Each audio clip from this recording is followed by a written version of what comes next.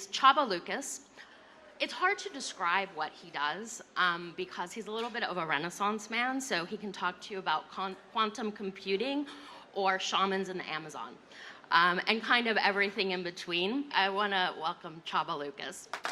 Hey everyone. Oh my God, I'm loud. Going up first thing in the morning, I'm looking at it as a very positive thing, even though what I decided to talk about is more like an evening campfire conversation subject, so I hope you guys are charged up and ready. I always been fascinated with different cultures, different aspect of the representation of the human experience. And because of that, I spent a lot of time with all different type of tribes and cultures all over the world for the past long time. I'm old. I know it doesn't look that way, but I am. Let me try to do this presentation today as an African bushman perhaps would. Because when I spent time with a tribe of African bushmen in sub-Saharan Africa a few times for prolonged periods, I realized they tell stories differently than we do. Academia and modern science committed itself to describe the world precisely as is, exactly in a linear fashion. For example, I'm a kinesthesiologist, so if I would try to explain to you how's that to lift up a baby, for example. Now that's supposed to be a baby, right, that box. If I would try to explain to you as a kinesthesiologist what happens to your body, I would explain to you that your quadriceps, your hamstring fire up in a synchronized manner as part of a force couple mechanism, and your deep abdominal wall contracts, pulls tight your thoracolumbar fascia, which grips around your lumbar erector spinal musculature, activates the hydraulic amplifier mechanism, making sure that your body lifts up the load the most effective way. The load, the baby. That's one of my babies. This description is lovely, but my wife is expecting my 5th child, so I can safely say that to you, that as the father of that baby, the description I just gave you has not much to do with the actual experience of lifting up a baby. It is simply a description. It's not the experience. Two completely different things. And the Bushman hung on to this understanding that describing things is one thing and the experience is another. Two completely different things, and mixing up the two makes the difference between living a good life versus talking in circles. The way how it works in practical matters. When a Bushman gets home after a hunt, everyone wants to hear their stories. Every single person just eager to listen to them and see how everything transpired. And I was also fascinated to listen to their very animated description of the events. Now, my surprise though, in terms of storytelling, came the next day of the hunt, when everyone wanted to hear the stories again. And I had no idea what was going on, because beside my Euro-American self, no one seemed to mind that the hunt that yesterday was described as a grueling chase, today was described as an easy stroll, because the animal had a broken leg, which, by the way, they forgot to mention the day before, and therefore they barely had to do anything to take over the animal. Now keep in mind, this is about the same exact event, same exact hunt. The Bushman does storytelling this way, because from their perspective, you were not there. You will never understand how things actually transpired. And because of this, from their point of view, the point of the story is not to describe things the way how precisely happened, but to inspire you that you will go and hunt the next time. Because inspiration is good for the tribe and not just for the storytelling hunter's ego. This is important because inspiring to participate in life together is the point of their stories. And this is probably what used to be a big part of the purpose of storytelling for human beings. Indeed, if you told them the story 2 days in a row the same way, they would be very disappointed, because they do not care if the story you're telling them is true, but they do care to be inspired. So today here with you guys, I want to attempt to maybe inspire you to participate in what is next. But what is next from whose perspective, right? Perspective of the Bushman or the perspective of us Westerners? The perspective of the father or the baby? The perspective of strangers or some friends? The perspective whose reality are we examining? It's interesting that the human brain is processing 11 million bytes of information every single second, but consciously we can only connect to 40 to 50 bytes out of all that. That basically means what consciously you connect with is not what's going on. It is only a tiny segment of the full reality. So whatever you consciously connect with is not reality. It is a sliver of reality. It is basically your illusion of reality. And why does this matter? Because there are no universal truths. There are no universal truths. And I wanted to make sure it's clear that today, whatever we discuss here, it's not some woke, enlightened truth. It is just a simple sliver of reality that I hope that it inspires. And there's a freedom in this concept because visionaries, artists, pioneers of industries focus on slivers of reality that others didn't see before until they brought it to our conscious attention. So let's focus on some of the many possibilities that we could choose to focus on, which only might be true from a certain point of view, but since we understand now that that's only a sliver of reality, we have the choice to choose what sliver of reality we're gonna base our actions on. And this free will of choice is a beauty. What is beauty? After all, you guys are all involved in the beauty industry. And beauty, on the industrial sense, deals with the surface structure of our biological being. Let's put it that way. But traditionally, beauty has changed over time based on when in history and what culture you've been focusing on. Because traditionally, beauty used to be connected to, let's say, gathering capabilities, peacemaking capabilities, childbearing capabilities, fighting capabilities, embodiment of wealth representation, and so on. But today, for us Westerners, most of the information that we can take in consciously comes through our visual cortex. That basically means that we look at beauty. After all, the industry and people, they don't taste, smell, hear, touch beauty nearly as much as they see beauty. And your customers clearly see beauty. They are looking at beauty and they are interested about their own beauty. And if you're looking at what aspect of their beauty, you don't need to ask them, but just look at simply statistics and information. If you look at YouTube, what are the most watched YouTube videos? And you will see, the ones that, it cracks me up, but the ones that, since so many of you are asking about my morning skincare routine, those are the ones that are the most watched. People are so caught up, and not necessarily a judgment about it, but they're caught up about look and beauty and how they come across. And social media works like a mirror. And mirrors are an interesting concept. Mirrors and beauty are very tightly connected traditionally and even in our modern world. And when we are looking in the mirror, it's a very interesting thing what happens in your brain because you become the audience and the participant of your own experience, which is an odd thing for the human brain. We take it for granted, but it is a really interesting thing for your brain to be exposed to regularly. And before mirrors, your opinion about your own look was based on how others looked at you.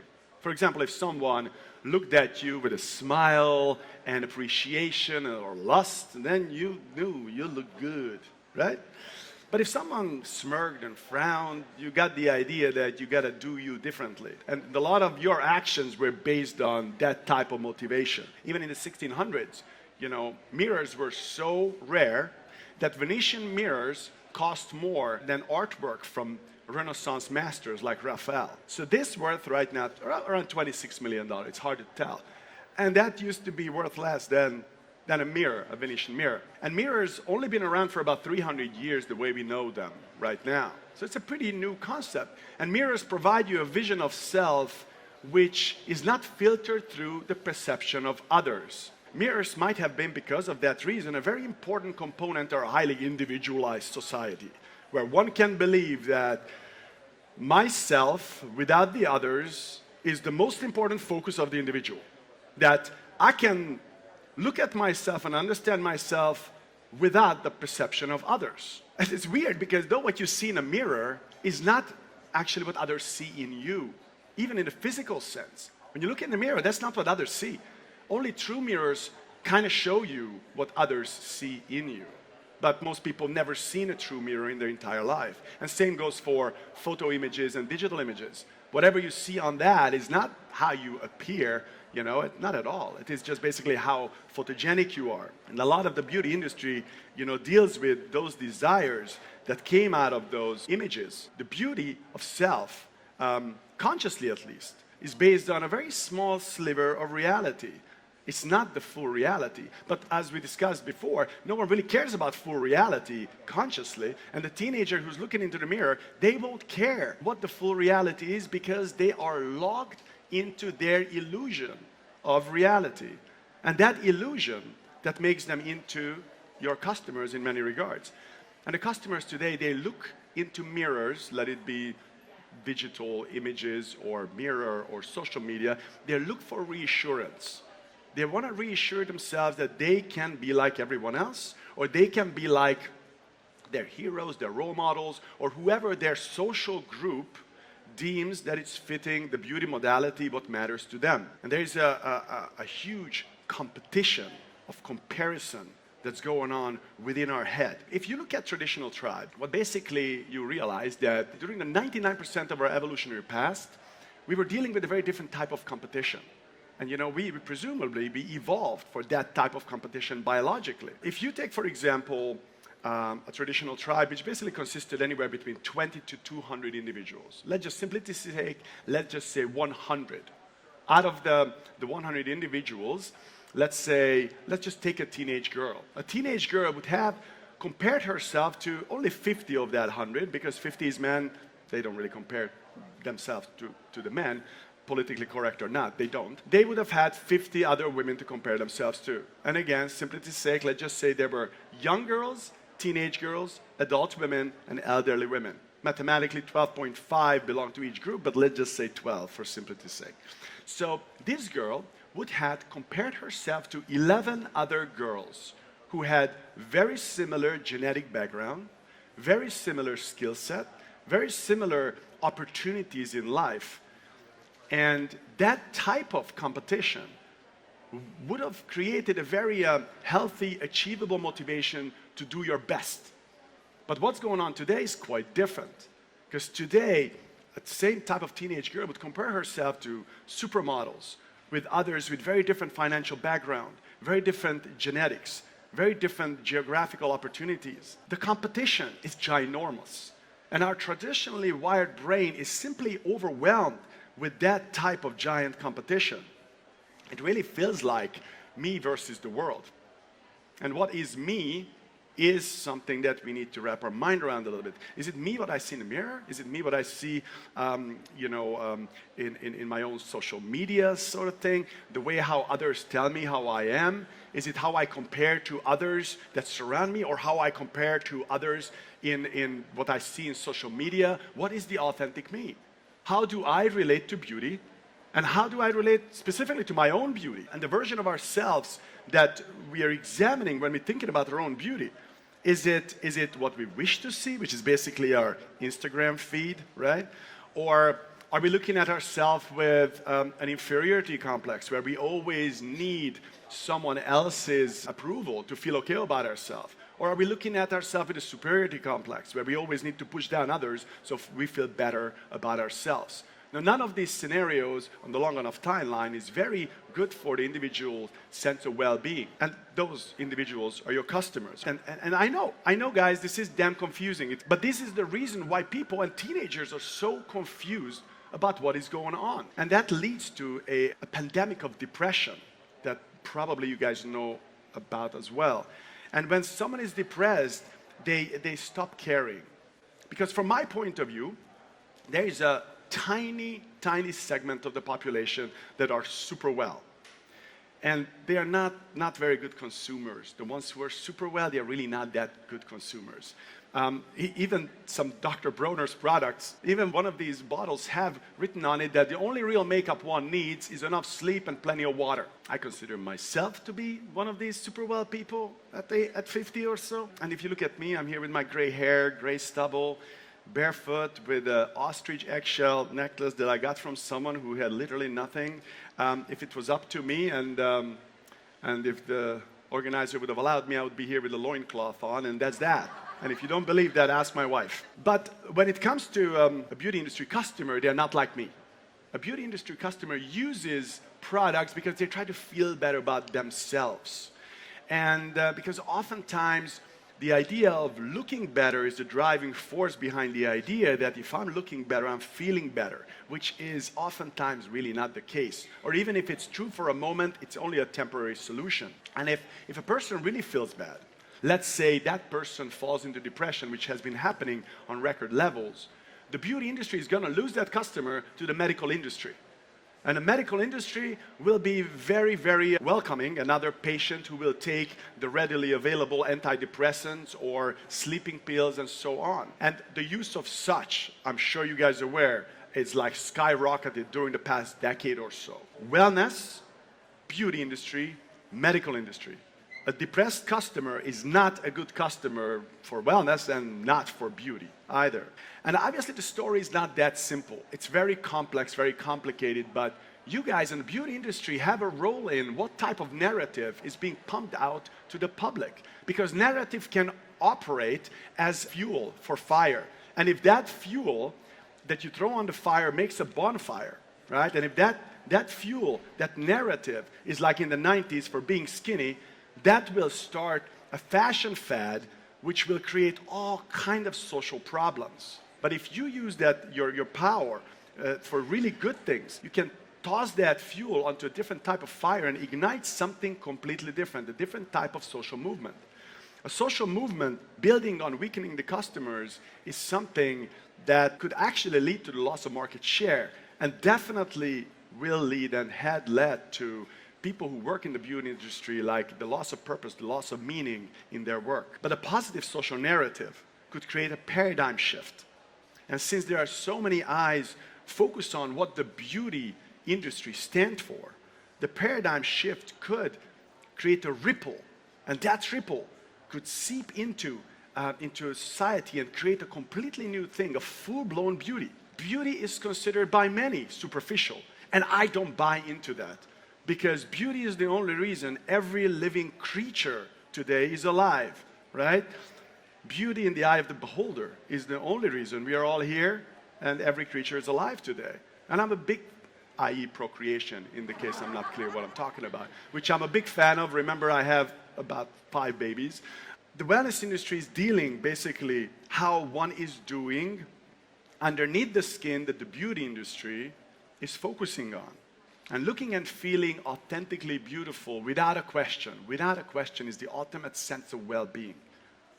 And I wish everyone could experience that. Because combining the focus on wellness and beauty with the sense of devotion to make a positive effect in the world is the sliver of reality I wish I can inspire you guys to focus on. And if we could do that, we could change what the youth is focusing on. And where the youth is focusing on, that's where actions go.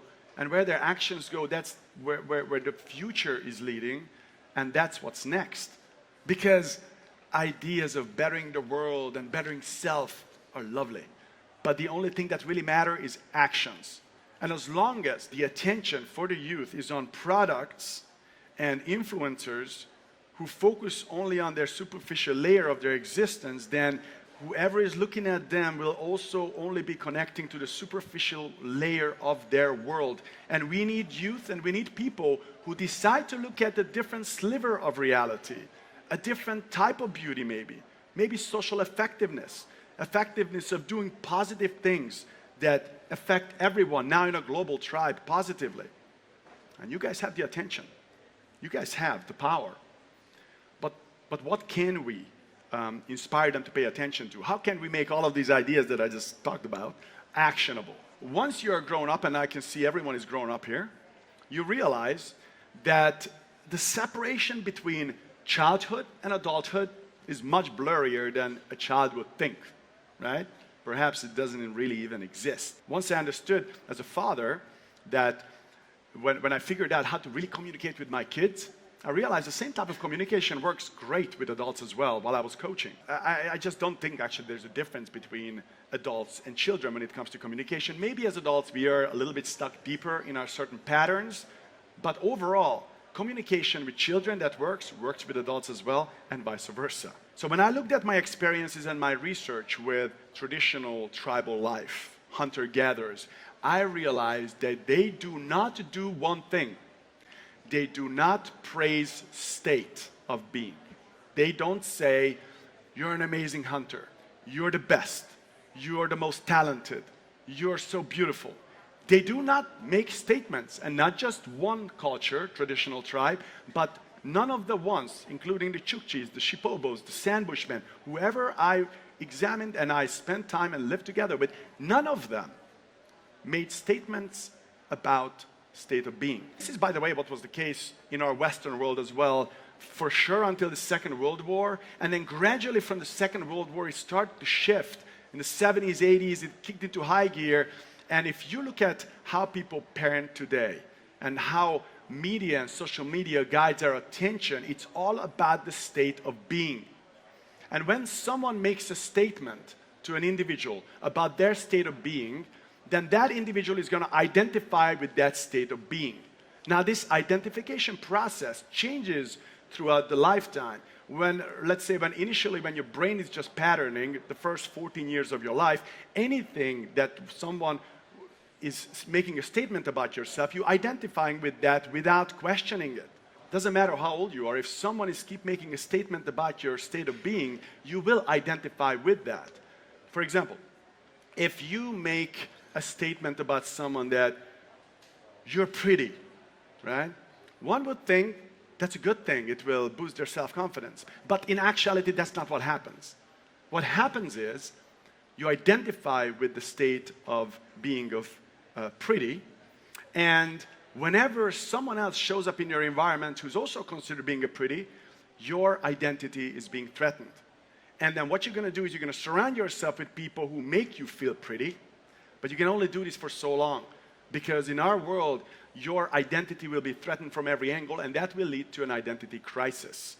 And that type of identity crisis, we're living in a pandemic of that. You ask any pediatrician, any psychologist, and they will tell you that. And what's interesting is that the antidote is so darn simple in nature, yet so little talked about.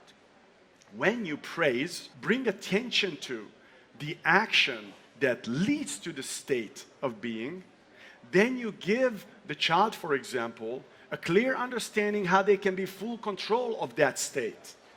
You can still point out the state by saying, you're cute, but now you continue by driving the attention to the action that led them to the state of cuteness, by saying, because you always smile, because you always joke around. This way, the kid will have a complete awareness. If they want to be cute, all they got to do is joke more and smile more. They are completely in control of their state.